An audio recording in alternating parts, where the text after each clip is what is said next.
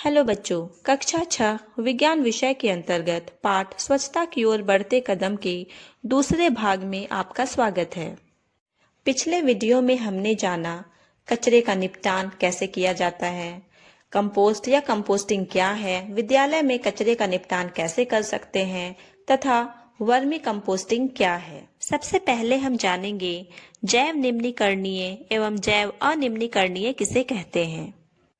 पिछले वीडियो में हमने जाना था कि रसोई घर का कचरा जैसे फल एवं सब्जी के छिलके, बचा हुआ अपशिष्ट भोजन, चाय की पत्तियां इत्यादि को यदि हम मिट्टी में लंबे समय तक दबा कर रखते हैं तो वह सड़ जाता है और वह कंपोस्ट के रूप में परिवर्तित हो जाता है। कुछ वैसी वस्तुएं जो प्राकृतिक प्रक्रियाओं के द्वारा मिट्टी में विघटित हो जाती हैं, उन्हें जैव निम्नीकरणीय कहते हैं तथा यह प्रक्रिया जैव निम्नीकरण कहलाता है। कुछ पदार्थ जैसे पॉलीथीन की थैलियां, कांच, एल्युमिनियम के रैपर्स, कीले इत्यादि प्राकृतिक प्रक्रियाओं के द्वारा विघटित नहीं होती हैं। इन्हें जैव अनिम्नीकरणीय पदार्थ कहते हैं तथा इस प्रक्रिया को जैव अनिम्नीकरण कहते हैं। पिछले वीडियो में हमने वर्मी कंपोस्टिंग क्या है और हम वर्मी कंपोस्ट कैसे तैयार कर सकते हैं इसके बारे में जाना था। अब हम जानेंगे वर्मी कंपोस्टिंग से क्या क्या लाभ हैं। वर्मी कंपोस्टिंग से जमीन की उर्वरा शक्ति में वृद्धि होती है, भूमि की जल धारण या जल संरक्षण क्षमता में वृद्धि होती है, यह पौधों की रोग रोधी क्षमता में वृद्धि करती है। इसके साथ ही यह मिट्टी को नरम रखकर हवायुक्त बनाती है तथा इसके द्वारा प्राप्त खाद का उपयोग फल, फूल एवं सब्जियों के उत्पादन में किया जाता है।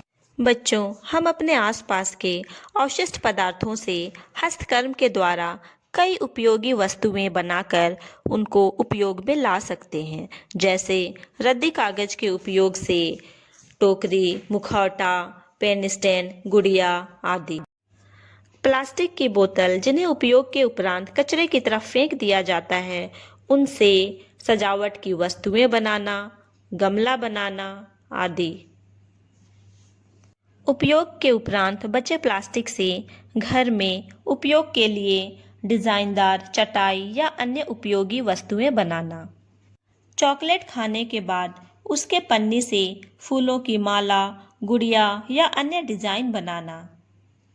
नारियल के रेशेदार छिलकों और नारियल के खोल से कई आकृतियां बनाना। पुराने समाचार पत्र, पुराने लिफाफे, मैगजीन, नोटबुक तथा अन्य बेकार कागजों को हम पुनः चक्रण के द्वारा दोबारा उपयोग में ला सकते हैं।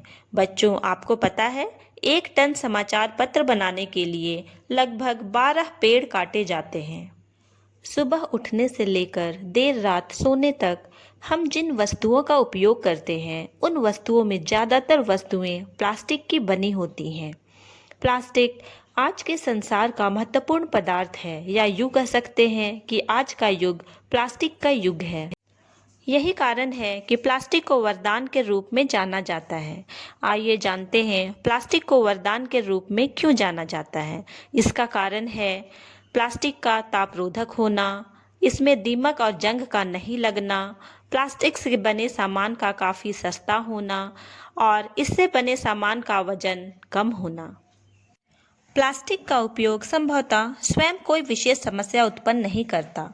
समस्या तब उत्पन्न होती है जब हम इसका अत्यधिक उपयोग करते हैं तथा अपशिष्ट प्लास्टिक के निपटान से अनजान होकर इसकी उपेक्षा करते हैं। प्लास्टिक में सहस्त्र गुण मौजूद हैं, लेकिन इनमें कुछ दुर्गुण भी हैं जिनके कारण इन्हें अभिशाप के रूप में देखा जाता है। सबसे पहला कारण है प्लास्टिक का विघटन जल्दी ना होना और धरती के लिए खतरा बन जाना। दूसरा कारण है सभी प्रकार के प्लास्टिक गर्म करने अथवा जलाने पर हानिकारक गैसें मुक्त करते हैं। ये सभी स्वास्थ्य संबंधी समस्याएं, जिनमें मानवों में कैंसर भी सम्मिलित है, उत्पन्न कर सकती हैं। आपने देखा होगा कि ज़्यादातर लोग अपने घर के कचरे को प्लास्टिक की थैलियों में भरकर बाहर फेंक देते हैं। गले मोहल्ले के पशु भोजन की खोज में जब इन थैलियों को देखते हैं तो प्रायः प्लास्टिक की थैली को भी खा जाते हैं, जिसके कारण उनकी मृत्यु भी हो जाती है। इसके साथ ही सड़कों तथा अन्य स्थानों पर फेंकी गई प्लास्टिक की थैलियाँ बहुधा बहकर नालों और सीवर प्रणाली में पहुँच जाती हैं, जिसके कारण नाले अवरुद्ध हो जाते हैं और गंदा पानी सड़कों पर फैलने लगता है। भारी वर्षा में तो बाढ़ की स्थिति उत्पन्न हो जाती है। आइए अब हम प्लास्टिक से जुड़े कुछ तथ्यों को जानेंगे। आपको पता है, प्लास्टिक को विघटित होने के लिए लगभग 1000 वर्ष का समय लगता है। पहला कृत्रिम प्लास्टिक अलेक्जेंडर पार्केस के द्वारा निर्माण किया गया। इस प्लास्टिक को पार्केसाइन नाम के द्वारा भी जाना जाता है। प्रतिवर्ष पूरे विश्व में लगभग 500 खरब प्लास्टिक बैग का उपयोग किया जाता है। इस प्रकार प्रति मिनट 1 अरब से भी ज़्यादा बैग का उपयोग किया जाता है।